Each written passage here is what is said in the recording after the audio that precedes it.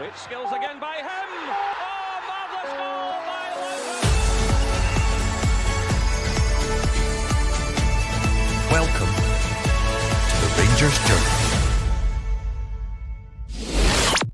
Hello and welcome to the Rangers Journal. This is a Monday night show. We have an extremely, and I mean extremely special guest this evening, and that is Derek Clark from the Rangers Review. Derek, how are you doing this evening? High praise it indeed. Thank you, Billy. Yeah, good to be on. I don't think I've been on your show before. If I have, then I apologise. But yeah, thanks for the invite. And you're looking forward to chatting all things Rangers. Certainly a lot better after a win, isn't it?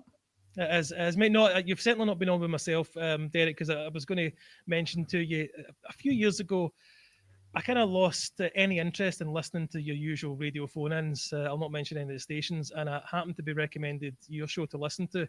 And it was just so good to listen to a show where someone was talking about Rangers in a positive way, but spoke in a really, spoke really well, sounded good sound quality. It sounded like I was listening to the radio when I first heard of your show. So thank you very much for joining me. Personally, for me, I'm a bit starstruck.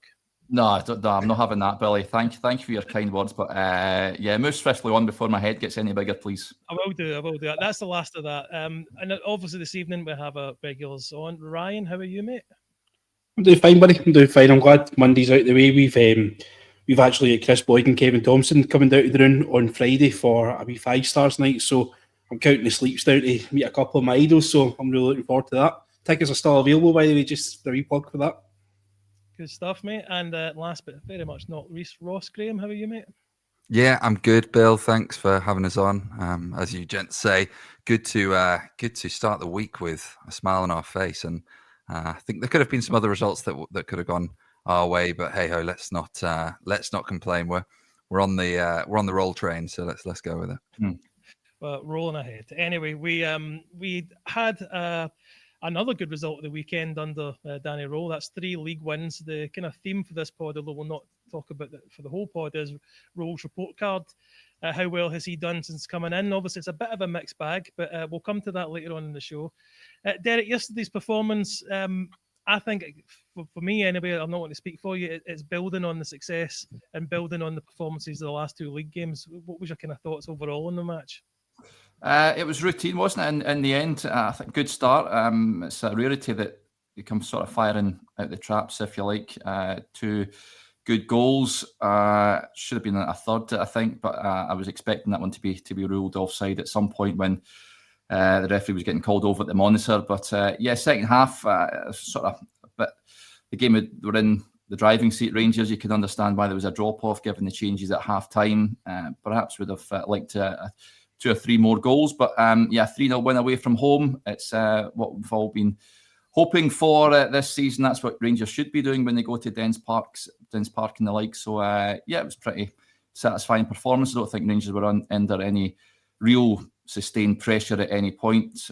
Jack Butland made a few comfortable saves, but yeah, all in all, I think a good afternoon's work. I was slightly nervous heading into the game because Dundee had taken points off ourselves and of course Celtic in recent weeks. So yeah, I didn't know what to expect on Sunday, to be honest, but yeah, I was quietly impressed and long may it continue. Ryan, I know you've been on the post-match, but you said something very similar to Derek there on the post-match yesterday, that you felt it was very comfortable. I personally didn't. I thought certainly in the second half we were being kind of overrun a wee bit and we were losing the midfield battle, but you didn't seem to feel that. Yeah, I just didn't feel any kind of nerves of conceding any goals. The saves of Jack Butland routine were fairly routine, kind of bread and butter for a goalkeeper of his standards. I just didn't really got the impression. Obviously, when Simon Murray came on, you can always say, well, that's the kind of their talisman, if you like. He's been a thorn in our side for a good number of years, and he scored plenty of goals against us. But I just felt as if it was okay. Probably we are still in a situation we are giving away too many shots, and better calibre teams will punish us. And obviously, we've seen what happens when we gave away the shot in the edge of the box at Hampden the week before. It's nestled in the back of the net, so we've still got to kind of cut that out. But by all means, I think it wasn't so much that we were particularly great. I just don't think Dundee offered much themselves. I think we just controlled what we had to control, and we weren't particularly great up front. We weren't particularly great at the back either. But we done what we needed to do to get the result at the end of the day. And I was with you at the Dundee game earlier on in the season. We jumped out early and thought we missed the goal that was ruled offside. Did you think that was an improvement from Dundee yesterday, or have they kind of regressed? Yeah, probably. I think it was a very unusual day that day. You know, it was just a typical Russell Martin performance at Ibrox that day. We were just really, really, really poor. They get one half decent opportunity and they took it at the end of the day. So we just struggled to create, even when we had, you know, probably arguably a better striker in Dessers than the strikers that we've got now. We still struggled to create, and we were given a lucky penalty probably at the end of the day. We thought Kazam, you know, done well to kind of convince the referee that it was a penalty kick, but by all accounts I thought Dundee probably were good for the victory that day. I thought we were really, really poor, so we probably stepped up a gear since Danny Rose came in. Ross, just on the strikers, as Ryan mentions there, that is an area that hasn't really improved under Danny Röhl. I think that's fair to say. I'm more worried that we're not going to be able to replace Dessers' goal, never mind Igaman's goals as well. So, I mean, what do we do with that front line? I think you're right to call out the front line in totality. It's been mentioned a few times, especially in the European games. The goals of Czerny, Igaman, Dessers. You know, you strip those away, you're talking 60+ goals in a season, and you know, when you're bringing in unproven players, I think that's always going to be a challenge. We've seen it with since Chimiti's been in. We all sort of hoped that goal would spur him on and knock him into something, and I think there's definitely energy in the boy, but you see a lot of frustration when he's playing. I think you can see that in his body language, the rash sort of tackles, the pulling back of the defender as they're going away. That sort of thing. It just hasn't clicked for him. Miovski likewise. I mean, I think Miovski would have been the perfect player to have brought in to have supplemented an existing front line. You know, someone with a bit of experience in the league, probably that can come on and do a job and not afraid of a bit of rough and tumble. But I think to kind of put him and Chimiti as your bankers, you know, it's going to be one of the two that start in that number 9 berth. Is risky business. Just a few other thoughts on the game from me. I thought what was really encouraging was they had the big lad up front, Aqua, I think it was.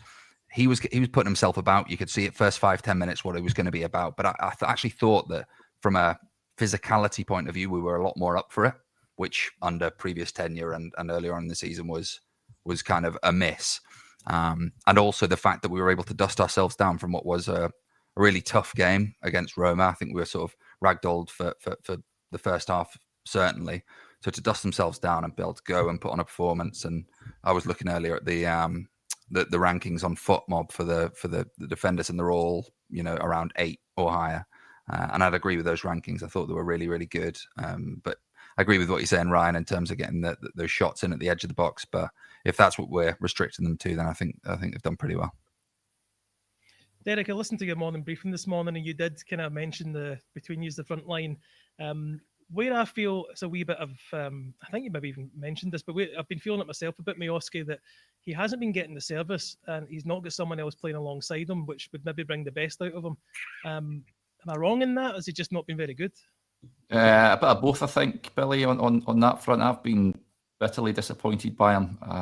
I was expecting the Aberdeen Miovski, I've got to say. I never really watched much of him last season, to be fair, at Girona, but perhaps there's a reason why they were offloading him after just a season. He's been well off the boil. Says a lot when Danilo's your best striker and he was probably third choice last season. So they need to bring in reinforcements in January. I'd be looking to Miovski of the pair, him and Chermiti. I think I can see Miovski. He's got a track record at least, so you can see what he can do. I just think he's just in a barren spell at the moment. Chermiti, we've got no idea if he will be a good player or not, but I'd be certainly looking to move him on if it's just even a loan in January, because the big lad's just not good enough to lead the line just now. So I think that's a major problem area for Rangers come January time. I'd keep Danilo around. I think he's useful. Again, it's just baby steps with him, given his injury problems in the past. But there is a concern where the goals are going to come from. I guess we'll get onto it. At least Mikey Moore seems to be picking up a bit of form, which is a good sign. But losing Dessers in his goals last season. I mean, 29 goals he scored, didn't he, last season? So I would bite your hand off to bring it back. I've got to be honest. I know got a bit of stick a couple of weeks ago when I said I'd be asking Panathinaikos for him back, but I know he's been injured for a fair bit. But Rangers need to bring someone in that's going to guarantee them goals. Now that's probably going to cost them a fair bit of money, but it's imperative if we want to start winning things again. You need to have guys that you can hang your hat on to find the back of the net, and at the moment Rangers don't. No, quite right. I'll bring it up our match report. First of all, I mean, Ross, you were saying there that some of the figures for the defence was up in the 8s.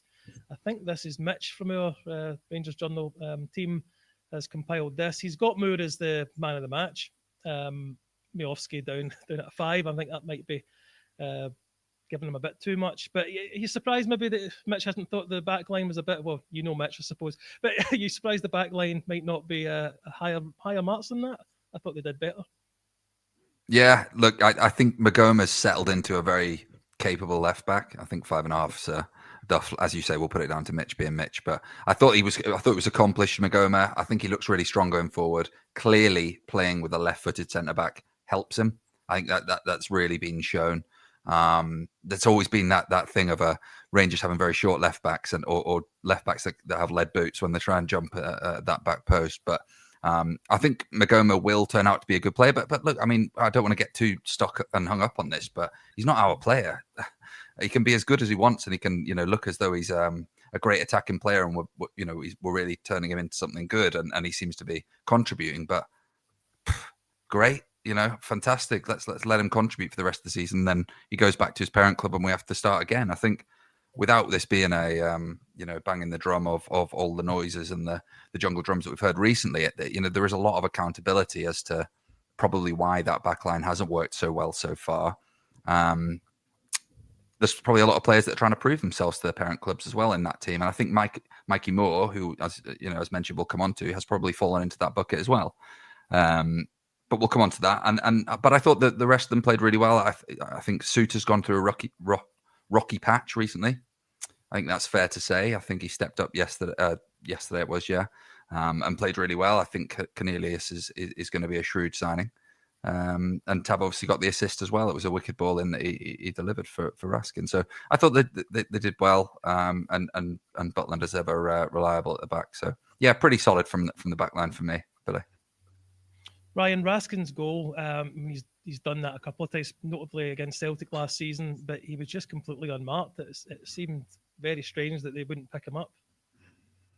Yeah, I think we're probably guilty of doing that to ourselves. So, to other teams, when teams score corners against us, well, how's he unmarked? So it's easily done. So I think we can sympathise with the Dundee defence that, a wee lapse of concentration and they can nip in. But his movement in the box and, for such a short guy, he's leaping, his prowess in the box is fantastic. So long may it continue, especially when he's going to the front post and Tavernier seems to struggle to hit corners past the front post. So as long as it carries on like that, I'm sure it'll be absolutely fine. But I thought Raskin, he's one of his better games there. He's obviously come in with a goal there. I'm not too sure. I think somebody's mentioned about cupping his hands behind his ears there. I'm not too sure I'm a fan of that, mind you. I think there's still a lot of water to go under the bridge before we can start doing things like that as a player. No, you're quite right. I think there was kind of questions around all three celebrations, I think, yesterday, as if there was something being said. I think Gassama, though, is his... it is, yeah. And they're asking one as well. I'm not having he's having a go at that. He may very well do, but when I seen him doing that, I was like, the Dundee fans were obviously singing a few songs, having a go at Rangers. So I just thought it might well have been that. If he was at the Rangers end and done it, then I'd go, okay, might have a point. But as long as he's scoring goals like that, he can celebrate how he wants. Is my view on it anyway. Fair enough. I was going to come to you next, Derek. Mikey Moore gets the next goal. That'll do his confidence a world of good. Nice that he creates a space for himself, and then it's a nice wee finish into the bottom corner.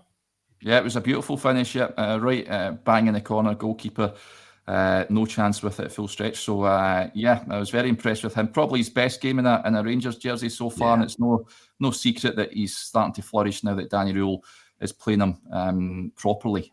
He's cutting inside. He's been given sort of license to roam more and affect games more, as opposed to just sort of hugging the touchline. Hopefully he can score a few more goals. It was good to hear from him after the game as well. He seems like a young lad he's obviously thinks highly of himself and he really wants to do well here. So I hope he does. I think he's come in for a bit of criticism since arriving. I think most of the players, if not all the players, have come in for a bit of stick this season. But he certainly seems to be the one that Danny Röhl's getting the best out of at this moment in time. I think he's probably one of the first names in the team sheet at the moment. So yeah, he took his goal really well. Unfortunate, as I mentioned earlier, for his second goal to be ruled out for offside. I think he sort of knew it was going to get chopped off anyway. It sort of sticks in the throat a wee bit that he wasn't offside, but there you go. I would have liked to see him staying on the pitch a wee bit more, perhaps yesterday, but that's just me. I thought he was excellent yesterday. If you don't mind staying with you, Derek, on the ruled offside goal, it just seems to be one of those strange ones. Now, from what I'm reading, because he does jump over the ball, that is interfering with play, even though the keeper does seem to have the ball in his line of sight. There was a few kind of points in that you think this is going to get ruled off, or it maybe could get ruled on. The handball as well. It was just a strange kind of pattern of play altogether. You never really see a referee going over to a monitor for an offside, do you? So I sort of knew. I resigned myself as soon as he's getting called over and there's a lengthy check. I was like, they'll find something to rule this goal out, and lo and behold, it did. It's a bit off for me. I was thinking to myself, if it was at the other end, would you be crying for it to get ruled out? Probably. But it's one of those ones, one of a long list of questionable decisions ruled out by VAR, I guess. Good news is it never really had a material impact on the game as such, and Rangers managed to get a third in the end. But I'm sure if Dundee had managed to get back into it, then it'd become more of a talking point, I'd imagine. Ross had read a few comments on Twitter when they said, well, we're already 2-0 up. They could have thrown us a bone after a week of kind of VAR controversy. But for me personally, I don't want to be winning games if goals are breaking the rules. No, I think that the term they used was a subjective decision, wasn't it? And there'll be people that fall either side of it. And you know, I can accept it in that situation because there's a valid rationale as to why it would not stand. I think you could probably credibly say that. So it's fine. As Derek said, it didn't affect the outcome of the game, and that's the key part here. It's just one of those freak incidents that about 10 incidents happen in the space of sort of 15 seconds, and almost when it happens, you know there's going to be a 3-4 minute wait until you kind of get to the bottom, and as the inquiry goes on. But a good move by Rangers, and look, good to see players following up and putting the ball in the back of the net. As we touched on earlier, it'd be great if some of that more predatory movement and instinctive football was coming from the front too, because you know this is a rebuild, and players like Miovski and Chimity are permanent players that have been brought in to build a team around, I would hope. So yeah, but look, we'll come on to more in a little more detail. But I thought he had a cracking game. Ryan, on the third goal, I don't think Gassama had a particularly great game. I don't think he's been looking good in moments in the last couple of weeks, but I don't think he's been playing quite as well as when he first came in. But a lovely finish, turned back in. Was it top? I'm trying to remember if it was in the top corner or not, but a good finish anyway, and he seemed to enjoy it. Yeah, I mean, he almost looked knackered as he hit it as well. You know, he'd looked as if he'd ran his race a good kind of 10-15 minutes previous that. Hence, I think the substitution before Cornelius went off injured. So, but Gassama's probably one of these guys, he plays on confidence. You know, when he's doing well and he's scoring goals, you know, more will come of it. You know, he's one of these guys that, you know, when his confidence is low, he's going to look to pass the ball inside. He's going to look to pass the ball back the way. But when his confidence is high, he's going to look to take his man on and get shots away goal. He's obviously came in, and I think he scored something like 3 goals in his first 3 games. He lit the header on fire when he first came in. And you can see he's a great player. You know, he's probably going to move on to bigger and better things than Rangers at some point in the future, and hopefully be mutually beneficial to the club and to him. It's going to be a right good transfer fee for us, and it's going to be a good move financially for him at the same time. But he's got to make sure that he doesn't fall down the kind of Rabbi Matondo hole, you know, and he pushes himself to the top and keeps scoring goals and makes himself available. Don't be disheartened if you get kicked about, you know, because there will be teams that will be physical against them, and sometimes some of these other teams, the only way they're going to be able to stop him is to kick him off the park. So he needs to make sure that these things don't affect him, and he, you know, takes them almost as a compliment, and he does well and just basically keeps doing what he's doing. The goals will come. Derek, I think Lyle Cameron was due to come on before the Jiga substitution. Yeah. A wee bit sorry for him. Absolutely. I've been wanting to see more of Lyle Cameron, of course. I think one of the guys that worked for us, Blair, asked Danny Röhl about him last week, I think, whether he's injured or whatever, and he says he's just not been picked. So he obviously has to do a wee bit more to get in the team. But yeah, he was ready to come on, wasn't he? And then was it Cornelius that pulled up or whatever that went off? Yeah, Cornelius went off. Yeah, so unfortunate. Certainly against his old club, he'd been busting a gut to go and play against him. So yeah, I was gutted for him. I want to see more of him. The little bits that we have seen of him, I've been pretty happy with him. He provides energy. I think those late runs into the box he's good at as well. So yeah, whether we see more of him between now and January, it remains to be seen. I'm of the opinion if he hadn't signed that pre-contract before Thelwell and co arrived, I don't think he'd be at Rangers, to be honest. So it's all about sort of proving that he's good enough to be at the club. But yeah, I like him. Hopefully we see him in the games coming up, which are probably favourable games at home. A good chance to maybe give him an opportunity. Probably not from the start, but I'd like to see him from the bench at least. Ross, we are going to talk about Mikey Moore for the next 10 minutes or so. But before we do, we as a fan base, are very quick to laud or write off players. Now, we've not saying we wrote off Mikey Moore, but certainly we've not been impressed by him. But the last couple of games, he's played a different role. He's not out hugging the touchline anymore. He's got a bit more freedom. Are we writing players like Miovski and Chimiti off too early, or do you think they really are going to go on the way out? I think with Mikey Moore, you've seen him do it for Spurs at a far higher level than probably what Chimiti and Miovski have played at in Europe against top European opposition. I think you've seen those sparks. He's just signed a contract extension with Tottenham. It gives you some level of confidence that there's a real player in there. Breaking into the Spurs team at his age and scoring in Europe. I think he's their youngest ever goal scorer in Europe, or English-born goal scorer in Europe. So, that's a pretty good track record already. I think the problem with Chimiti is, it's perpetuated by the situation with Thelwell and by proxy Stewart as well. It's made significantly worse, and he is in some way a figurehead of the mismanagement of what has happened over the summer and potentially what will continue to happen. So there's an element of that is a subconscious bias against him already, I would think. That being said, I think every single Rangers fan watching the game and who has watched us recently is urging him to do something.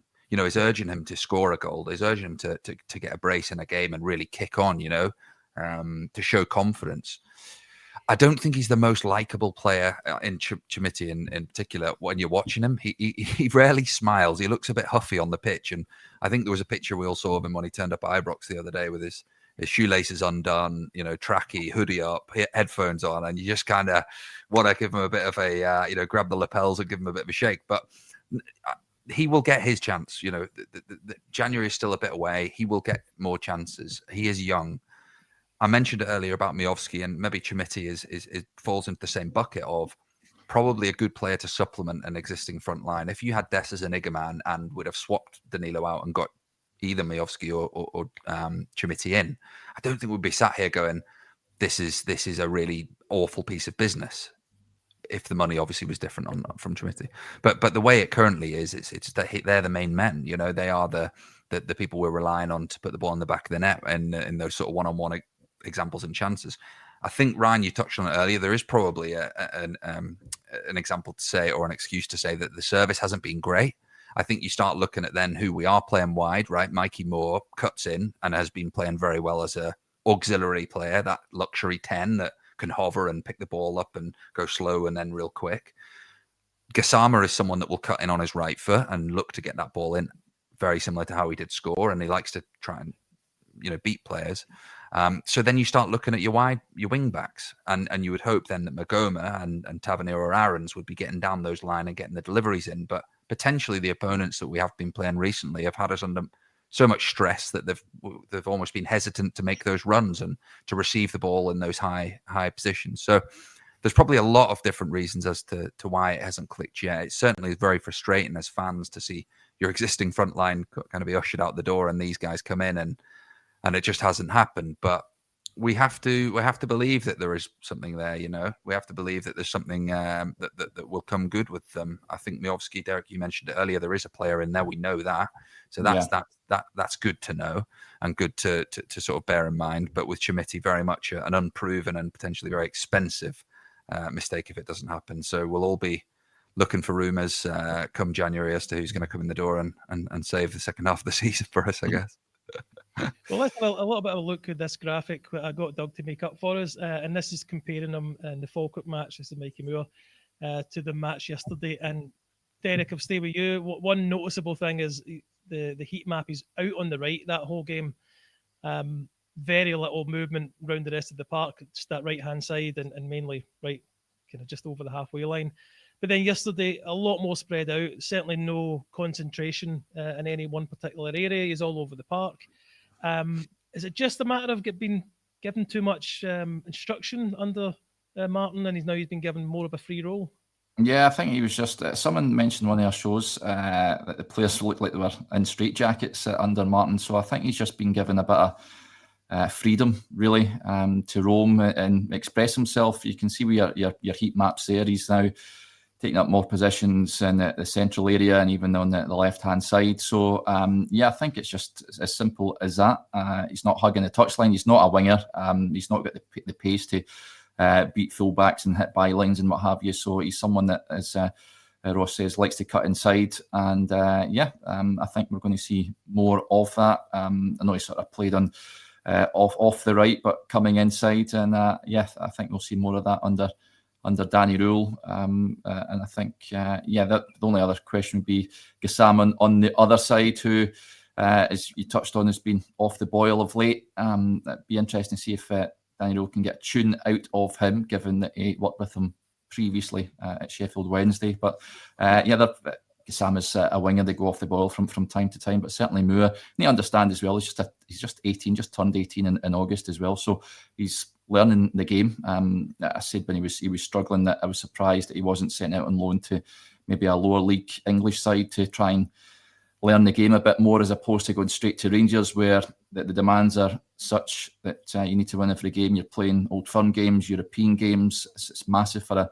a kid like that. But as I touched on earlier, I think one of his early press conferences, he says he spoke really highly of himself and he wants to be one of the best players in the game. So, it's up to him to go and show why he was brought to the club in the first place. But, at the end of the day, as Tottenham's player, we're developing him for Tottenham at the end of the day. There's no option to buy at the end of it. So, it's one of those ones. And certainly when Kevin Thirlwell came out talking about the loans, saying that the option to buy is the ideal scenario, but we've only got one that's in the door at the moment that's got an option to buy. So, not the best, you've got to say. But, if we can continue the sort of form that we've seen since the new manager came in, then I'm sure he'll get a good few more goals than what he's got so far. Ryan, the stats there, he said 4 starts for Martin, 4 starts under Röhl. The only real improvement is the 1 goal. And you could maybe give him the benefit of he did finish that second one yesterday, just it wasn't his fault, it was offside. So let's just say he's had 2 goals and 1 assist, whereas he only had 1 assist under Russell Martin. But it really is, you see the heat map there, where he's allowed to play now more than anything in particular. Yeah, he's just been basically given almost a free role. I think with players that are young and talented like this, you just tell them to go out and enjoy themselves, really. And it looks as if the style of play that he's starting to get now he is enjoying himself. You can see that his body language, the way he's playing his game under Martin, he just simply he didn't want to be here. And I think I don't think about ordering saying that. And then there's people coming back and saying the questions over, we get contractual obligations to Tottenham. Why are we playing this boy so much? Because he's a talent. But we're only now realising he's a talent when we're finally taking the strings off of Pinocchio and he's able to go out there and play. And he must be a nightmare to play against, because you imagine you're a player and say, right, go and man mark him. Where is he? He's gone. He's moved it. He's away already. He's away overplayed at left back. He's helping McComa. He's jumping in with Raskin and he's just playing when he's going to cause damage. And he's only going to get stronger. I said that he's kind of turned the corner with performances under Danny Röhl. Since he's come in, he's given him this free role. You can see his performances week on week were getting better. But the next thing he needed was a goal. And you'll just see again, much like Gassama, the confidence going the platform to elevate. And that goal is going to do him, the world of good. You'll probably see a couple of the so-called easier teams coming to Ibrox. It wouldn't surprise me if we got a goal in each of those games as well. and it's just seeing where his career's going to take him.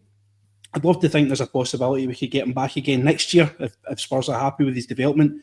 You'll go back there for pre-season again next season. They might try and move him out to the continent, maybe to try and improve the technical side of his game. But you never know. We might be lucky enough that he'll come back to us. But it's maybe an example that we can show other clubs who are looking to develop their top talents that, if you bring them here, we'll nurture them, we'll look after them. You look at Malik Tillman now, he's playing with Leverkusen. He was the guy that they signed to replace Florian Wirtz. You're looking at Fabio Silva now, who's kicking a ball for Borussia Dortmund. I'll try to think of other examples, but there's examples there where we've taken players in, and Ibrox is a difficult place to come and play. It's teams are up against us every single week, and every time we play a game at Ibrox, it's like a cup final for the other team. So it must be a really difficult place, and if we can show that these guys return back to the club and they speak highly of his mentality, hopefully winning things, but showcasing that they can play in difficult atmospheres in front of 50,000 people, it's going to do them well, and it's just maybe something there. Ahmed Diallo was the other one I was wanting to reference to. But it's just an example of where we could maybe try and take it. I'm not saying that we should be doing this regularly, and hopefully we can actually go on that we're developing our own talent, but we've got to respect where we are in the food chain at this moment in time. We are still rebuilding. So if we could get a couple of these guys to come through and help us there, if it helps them, it helps us at the end of the day. So, but I'm impressed with him, and I'm delighted for him, to be honest with you, because I was worried about him. And it's maybe something that likes Asgard, Manny Fernandez, spoke about Majovski, they're guys that maybe just quite haven't hit the ground running, can look towards him and say, right, well, 6 weeks ago, he was getting questioned. I'm still getting questioned. I need to make myself look like him. Ross, I guess it isn't just a case of he's been allowed to move around, because some of the stats there, his successful actions has doubled up to 63%. Pass accuracy is better as well. Not quite 10%, but not far off it. So it isn't just a case of the handbrake's been taken off. He has improved. Yeah. Oh, for sure. For sure. I think there's been, a lot of it comes with a confidence player, a player that's feeling like they've got ability and they've got the trust of the manager is a huge thing, especially at a young age. When I saw there that he was 18, I'd completely forgotten that. It's pretty scary stuff. But in terms of kind of his attributes, you mentioned there that he's, his actual tangible outputs are a lot better, and that's coming through in his goals and assists as well. I was actually trying to think on Sunday there who reminds me of, and it's Joe Cole. When Joe Cole kind of broke through as a young player, that almost sporadic, I'm not 100% sure how this is going to end up, but I know he's going to commit to it fully. Can go both sides, low center of gravity, not necessarily absolute gas, but it's quick enough to dial it down and really inject the pace in at the last minute. And I think he's an old school style player. He's someone that certainly we would have loved to have had in. Again, I'll use the terminology that I used earlier. He would have been brilliant to have had to subsidise and to support the existing team that we would have had in, which would have, if we'd have kept Cherney, if we'd have all these if buts and maybes, but if we had have, just saying, if there's dream world that we had Cherney, Dessa, Zigerman as a front three, then you'd have someone like Mikey Moore to add because he's a different player to Cherney, and add a different dynamic in. Or, I'd still like to see Mikey Moore as more of a direct 10. The front of the three midfielders, have Mikey Moore in there to sort of play as that false nine, maybe with the striker in front, and go beyond him, almost an Arfield-esque type role. So I think he's got loads more headroom under him as well. And I think that the guy's obviously come through a fantastic football and education. So as you said, Ryan, it's not the ideal situation that we're taking players on to sort of get them mature and developed and able for first team men's football, and without any obligation or ability to purchase them, really. And he's going to be way out of our budget even now, even before he arrived, he would have been. But as we develop and we get that track record, then, there's only 11 spots on any team. So you look at the quality that will be coming through in the Premier League. You look at teams like Arsenal and see that batch that are coming through now, and you see the sort of minimal game time that a lot of them are getting. And you think, could we step in and do a job for some of those players as well and come January? But, the real time that the board and the directors will earn the corn is when they start actually getting these ability to purchase the players and not just loan them and develop them. We need to have those clauses in there, or longer term. You look at 18-month contracts, which aren't unheard of in loan agreements. But yeah, certainly been impressed with him recently. I think actually probably as well, just having a slightly different formation has probably meant that the defence have been more capable with our defence has been more comfortable with the ball because there's the 5 there, which has probably meant their strikers have had to pull out a bit, creating a little bit of a vacuum in behind for him to receive the ball and turn, which is how that second goal was scored for him yesterday. Derek, what's your opinion on kind of bringing up English young players and developing them over maybe a slightly, well, not slightly, a player that we've got on our team but isn't maybe as technically as good? Do you prefer having the better player, or should we be developing our own guys? I like to develop your own guys, to be honest, as opposed to, especially if there's no option to buy at the end. Like the Cornelius loan, I get, that makes sense to me. Chermiti should have been a loan with an option to buy, to be honest. No idea why they splashed out the money there and then for him. But yeah, every day of the week, you want to develop your own. If you're bringing in someone on loan, you need to have an option on there. Like Max Aarons doesn't make sense to me. The Magoma one, you're just developing him for Brentford. We've just discussed Mikey Moore there. So yeah, you always, if you don't have the talent in the building already, then yeah, by all means go out and try and bring some of these boys in. But it's pretty much hit and miss, these young guys. You rhymed off Tillman and Ahmad and the likes who came up. Tillman was a fantastic player, but Silva struggled, didn't he, at the time. Ahmad Diallo was just a kid learning the game. Mikey Moore's a kid learning the game. I certainly have no doubts he'll go on and have a really good career. But at the end of the day, they're using Rangers as to develop. Rangers aren't a development club. They need to win every single week. So that's where many struggle, really, coming up and playing. So, ideally, you want the loans with it, at least an option or an obligation to buy, although that never worked out too well with Oscar Cortez, did it? But it's a big part of the game these days, loans, isn't it? But for me, we've just recruited too many substandard ones. And certainly come January time, you'd be looking at, because we've got 5 at the moment, don't we? So I'd be certainly having conversations with some of the clubs where the loanees are up here. No, that's fair, mate. It's fair. It's just trying to get the balance, isn't it, between someone. Well, the whole back line, there's too many. Giga's the other one, of course, up, which is just up for. They're just kicking the can down the road, aren't they? With the loans, no Tav and Suter out of contract in the summer. You've got Fernandez, who we haven't seen, and who else have we got? Clinton Enciala, who's not getting a look in, and that's it. Yeah, it doesn't look good when you spell it out like that, I suppose. We're looking to talk about Danny Röhl on this pod, so I'll bring up another slide Doug's made for us, and it's really comparing Danny Röhl to the attitude that Russell Martin shown when he came in. I'll kind of pick through them, Ryan. I'll come to you first. One of these ones that the very first point here is that Martin didn't wear the traditional suit. Now, that doesn't really cause as much of a stir if he comes in and starts winning every game, does it? There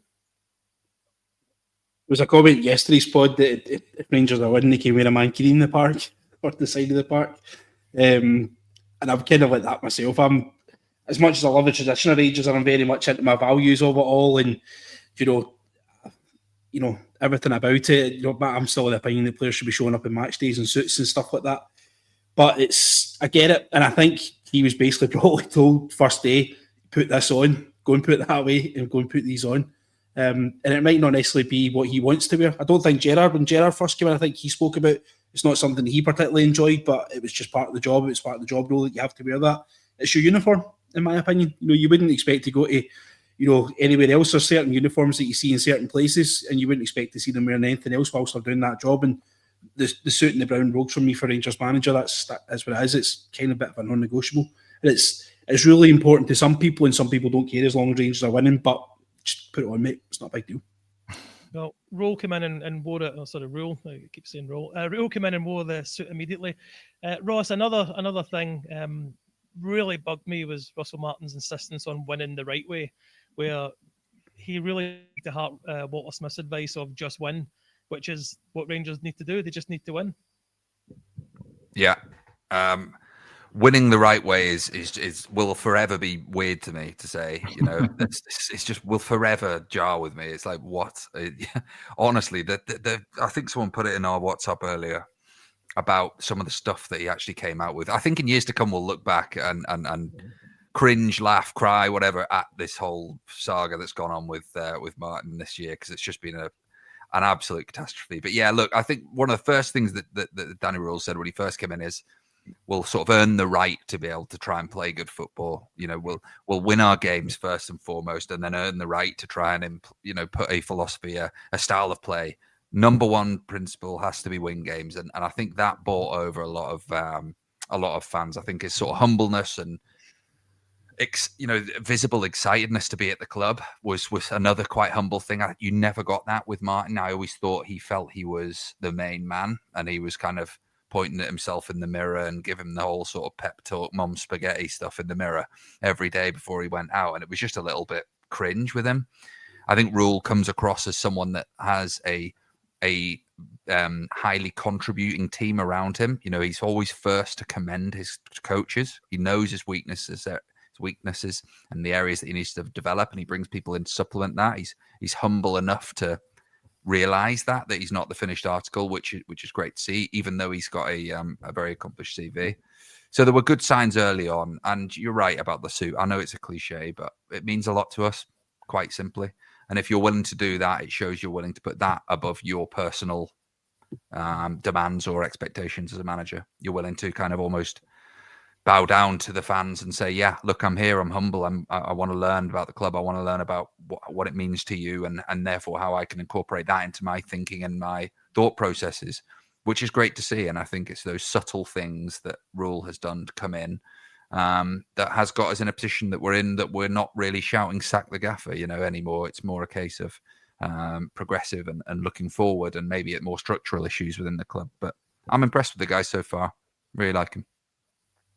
Derek, I've left this point, or I've kept this point for yourself, because over the managerial search, I'm afraid I was glued to the Rangers Review Twitter to get updates on Gerrard for a start, and then Muscat. But my point in bringing this up is Röhl must have known he wasn't the first choice for this job, but he hasn't alienated the fans. He's come in and built a relationship with them, because Russell Martin, one of his late press conferences said, well, I wasn't wanted anyway, as if that was some kind of mic drop moment. You're right, you weren't wanted. Röhl probably knows he wasn't the first choice, but he's built a relationship already. I mean, yesterday I loved that thing he did with the fans at the end, going up. And if any of them try to slag us, just remember the Ronnie Roar when we weren't even in the league at the time that they celebrated so much. But what was your how do you think he handled this kind of knowing that he wasn't really the main one that they wanted? Gerrard, a legend, and also Muscat was high demand with the fans as well. Yeah, I think to me, I don't want to say he speaks well, because it's easy to say that, but he carries himself with a bit of class, and certainly from the people you speak to down south, when he was at Sheffield Wednesday, all say that he was brilliant for them, doing things like booking hotels for the team, given that the owners, it was ridiculous, shouldn't have been involved in football, Chancery, but he was really highly thought of down there, and it was just unfortunate for them that he departed in the summer. I just wish Rangers had brought him in the summer. Things might have been much more rosier had they done that, as opposed to going for Russell Martin, which was a staggering appointment at the time. But I've been quietly impressed with him. He knows himself he wasn't first choice, that the managerial search was a bit of a basket case all in all. But I think they may have just stumbled on the right man. He's obviously young in his managerial career, only 36, isn't he? But I'm getting good signs from him so far. His team is more pragmatic. I like how he changes formation in game. He's not afraid to make big calls, although I was slightly perplexed at 3 changes at half-time yesterday. But even things like going out at half-time and speaking to the subs that are coming on is a bit different, isn't it? And things like helping the Union Bears with the Tifo the other day, going over in Bergen after we'd been humped to speak to the fans, that to me speaks volumes for the guy. And I know you've touched on the suit thing as well, but it's just an easy win. For me, Russell Martin felt he was above club traditions, not to wear it and to come out with the nonsense that he sweats too much. It just grates on the fan base, doesn't it? So I don't think we ever heard the supporters singing a Russell Martin song, if there was any, for a sustained period of time or at any point.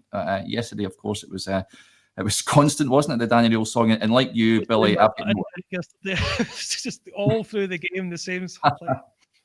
But see, at the end, I know that I've seen Chris Boyd having an issue with it. Nah, I'm not buying that. Give me that every day of the week. You see managers doing that all over the place now. And folks said on our show this morning it's a German tradition, but you see it down south. I'd cover a lot of games down south, and you see the managers doing the old fist pumps to the supporters. And I seen Boyd saying, "What if they get beat?" Well, he went over in Bergen and spoke to the fans when they get beat. So I don't think that is something that Danny Röhl is afraid of doing should they lose a match. So I've been impressed with him so far. Not only his press conferences, he's not sort of gaslighting the supporters, he's not telling them things that they've not seen and trying to pull the wool over their eyes. So speaks well. His team looks a lot more organised as well. 3 league wins on the bounce, can't really argue with that. Small steps, of course. For me, he still needs to have a big say in who comes in January, and if he gets a tune out of this squad up until then he's done a real great job for me. Ryan, one of the points Doug has made with this slide is Russell Martin alienating the fans by pretty much blaming the fans for everything that was going wrong. And then when the same mistakes were getting made over and over again, he just changed who he was blaming from week to week. 1 week, the Motherwell game, it was the players. Then another week it's us as fans. So, I mean, another one of these things, Röhl actually speaks to... He doesn't try to tell us we're seeing something we're not seeing. Yeah, I mean, by all accounts, I kind of said it last night. For me, Russell Martin was just completely blagging it. He's not changing anything. You've seen the interviews coming out. It's just rinse, repeat, failure, rinse, repeat, failure. It's just he was just basically waiting to get sacked at the end of it. The stuff that he was coming away with. The stuff with Danny Röhl going over and celebrating the fans there. You've got to remember what these fans go through to get to these games. It's the amount of money that's spent. I was easily £1,000 going out to Bruges to watch us getting beat 6-0. Easily done. So when we actually do get a victory and actually get to go with the fans and celebrate with them a wee bit of fist pumping, it's just giving a little something back to all these guys that actually go all over Europe and do these things. So it's a great thing to see in it. Long may it continue. But I think with Martin alienated the fans as much as possible. Russell Martin's probably his worst thing that he did in an interview was saying that Hamza Egeman was refusing to come off the bench and play for the club. For me, that cost us at least £5 million in transfer kitty. For me, it was kind of gross misconduct in what he actually did. He's cost the club literally millions and millions of pounds from what he was doing there. From what he was actually doing there. He should have just turned around and said that Egeman's come back from an injury. He's felt a little bit of tightness in his hamstring. We've got a long, hard season coming up ahead of us here. We don't want to risk him, so we didn't bring him on. It's as simple as that. And he gets sold on the Friday. He didn't have to turn around and say that he was a bad egg in the dressing room, because that just opened it up to low bids coming in, and we had to accept it, because if Hamza Egeman was still at Rangers after the transfer window, it'd been pretty obvious that the players that he was sitting with within the dressing room would be difficult to sit with. And obviously the fans, in our opinion, he doesn't want to play for us anymore. So what kind of receptions do they get off us? But that's the worst thing that Russell Martin did. And alienating us as fans was bad enough, but he also alienated other employees within the club as well. Ross, I'm going to skip over you, but I will come back to you quickly. Derek, it's just maybe if you had any information on that, not inside information, but just had you heard about this buyout clause in his contract? Because when we heard that, I'd never heard. Cause I think I said in one of our pods that he's cost us money here because he's basically told the world he wants to leave. This is Russell Martin, that is. But then we find out there's a release clause, but I hadn't heard that before the transfer. I'm with you, Billy. I had not heard it before we were told about it, but apparently it was the case.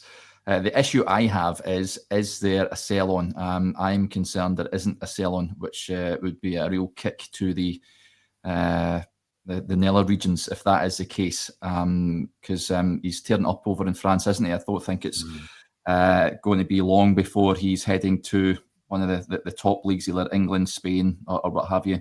And he's playing for one of the big clubs if he keeps doing what he's doing. So I just hope Rangers have done their proper work, as big clubs would do, and stick in a percentage sell-on fee for this lad, because he's going to go for big money. But when it came out, I was like, really? I refused to believe it, but told that it was actually the case. So don't mind that, but as long as they've got a real healthy sell-on, then fair enough. If they don't, then he'll mend them. Yeah. Last thing on this slide, Ross. basically, he's won 3 games and 3 in the league, which is not something Russell Martin was able to do. So his report card certainly is in the kind of the green light with that. Yeah, for sure, mate. I think, look, there's a freshness, and that's probably one of the main things that bringing him in has brought. That towards the end there with Martin, I think it just had dragged on so long that we were all thinking, is this just going to continue? Are we just going to limp through to the end of the season and then he's going to get backed even further and it's just going to be a kind of vicious cycle? But in the end, the right decision was made, and there is now a freshness to the team, and you can see that in the performances. I think getting early goals helps, settles a lot of nerves, especially when you're getting playing difficult teams midweek as well. So freshness to the team. All eyes now upwards in the table. I think that definitely getting to both of those teams above us is achievable. I think that the recruitment team have got a very, very clear picture now, hopefully, of what they need come January, and already can start looking at trying to tie down some of those players and strengthening, hopefully with Danny Röhl's, with his involvement as well.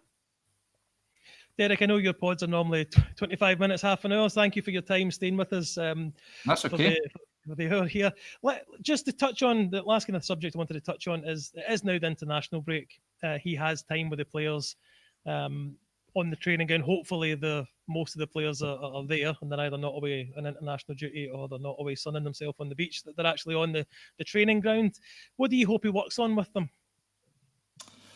Good question. Defending set pieces would be good, because that is a big problem. Aside from, just defensively, 2 clean sheets in the last 2 league games is pretty decent. But yeah, set pieces. And what else does he work on? There's a whole manner of things. Hopefully, Chermiti works on his shooting practice would be ideal. Or just learning how to be a striker, because we haven't seen anything to give us hope that he can be the main man. So issues in offensively and defensively, I think, are key if he works on that. Like you said, Billy, it depends who is still here. I know a few of them are away on international duty, but you'd like to think when he's on the training pitch, and by all accounts he's a fantastic coach, Danny Röhl. So if he can get a tune, we've discussed Mikey Moore at length. He's obviously got an upturn in form from him. If he can get a few others starting to fire again, then who knows? Things might be looking a tad better come January. But as Ross says, I think January is going to be an important window for Rangers. Notoriously a difficult one, given if players are informed, you're going to have to pay through the nose for them. It's usually players that are struggling for game time or what, for whatever reason, aren't playing, that you manage to bring in, and then it's a case of trying to get them up to speed. So Rangers need, for me, a lot of players to come in still. They need to bring physicality in, right hard guys that are going to go through the trenches and really pull the sleeves up and fight tooth and nail for 3 points. For me, there's still a little bit too many young boys that are learning the game at the club at this point in time. So whether they can get enough players in January and whether they can offload a few remains to be seen. I'm a tad apprehensive given the players that came in the summer, and we're trusting the guys that recruited them to go out and bring in players to sort of make amends, if you like. So that's how I said earlier. I think Danny Röhl has to have a big say in who comes in, and hopefully we have a better window than we did in the summertime. And Ryan, on the international break, we're still a good few weeks away from being able to sign players, so we need to get some improvement over the next couple of weeks. Is there anything that kind of screams out to you? Derek's mentioned the defence, but any other kind of movements of play we need to be working on? Certainly strikers. It's got to be strikers, man. We're not scoring goals, and we don't look as if we've got goals within the forward line. I think Danilo is the highest scoring striker on 2. It's just that's where we're absolutely desperate for. We've lost Egeman, we've lost Dessers. We've obviously not decided to take Czerny's Rangers career any further as well. I don't think we even made a bid on that. How many goals from the team last season have we let go? Within the last few months, we need to get goal scorers back in the team. Unfortunately, goal scorers in January windows usually come at a premium. So, but if we want to be serious about being, title contenders, hopefully champions at the end of the season, sometimes you've got to put your hand in your pocket to do it. I think, to be honest, does the window open January 1st? Is it as quick as that? I think so. Derek might be able to tell us more. Yep. We go to Parkhead January 3rd. We need to have a striker on the door by January 3rd. That's as crucial and that's as quick as it's got to happen. We've got to have somebody hooked up, ready to go. They've got to have 2 training sessions with the team before we go there on the 3rd of January. That game for us, and even every game moving forward is massive, but looking forward, that one, I think we've got Hearts at Tynecastle on 20th of December. There's nothing we can do about that at this moment in time, but we can do something about the 3rd of January. We've got to have somebody hooked up, ready to go, so that they can actually be fit in and starting. None of this, he needs a few more days, he's not quite match fit. Somebody needs to come in and be willing and able to start that game. That's as serious, and that's how important it is for us. Ross, what worries me with the January window is we're trying to probably get rid of 2 misfiring strikers that haven't scored many goals, and other teams will be trying to do the same. Yeah, look, time will tell, but my view is that they won't be trying to offload Chimity and Miovski. I just don't think they will. I don't think they are. Thelwell in particular, I don't think they will be sort of humble and self-deprecating enough to say, yeah, we got it wrong. I just don't think they will. So I think they will keep backing it. There may be more players brought in, but that will probably come at the expense of a Giga loan or a recall of Magoma or something, I can imagine. You guys are forgetting we've got Matondo to come back. Come on, there's a bright side here. There is a bright side here. He'll be back in time. Feel like a new player. Yeah, like a new player, yeah. Recall Cortez. Cortez one side and Matondo the other. We're cooking. No, I agree. Look, January is going to be a huge window. I think they will hopefully be a lot more thoughtful about where they're spending the money, because clearly the backlash that has taken place since the players that we brought in has been extreme, and they've probably never felt that level of backlash before. So they'll be a lot more considerate of where the money's being spent. And I would hope the involvement of Danny Röhl in there as well will help add credibility to the players they do bring in. So we've got to trust them, that we have no other choice. Let's just hope they make the right decisions and get the bodies in the door.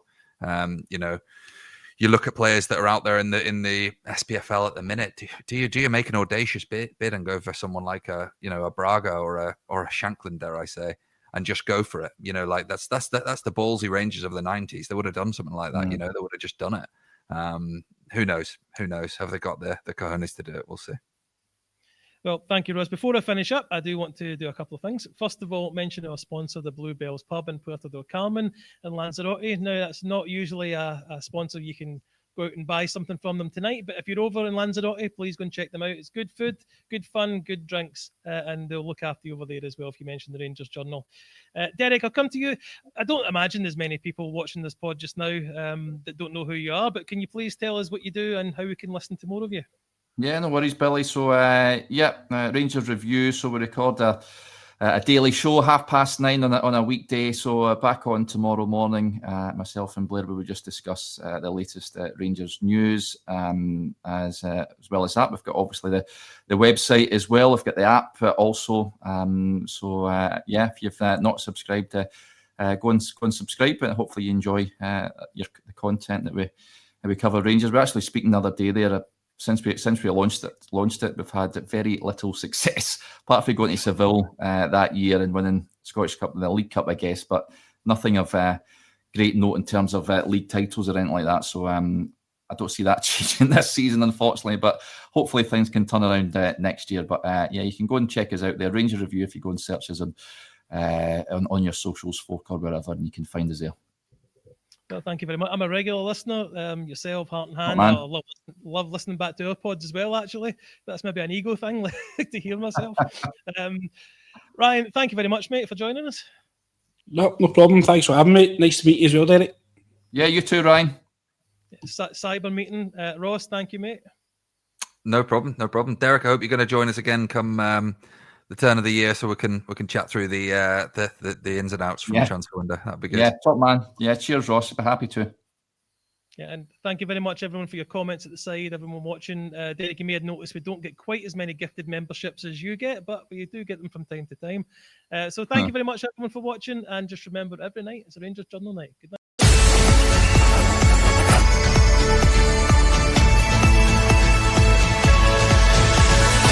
Every night is the Rangers Journal night.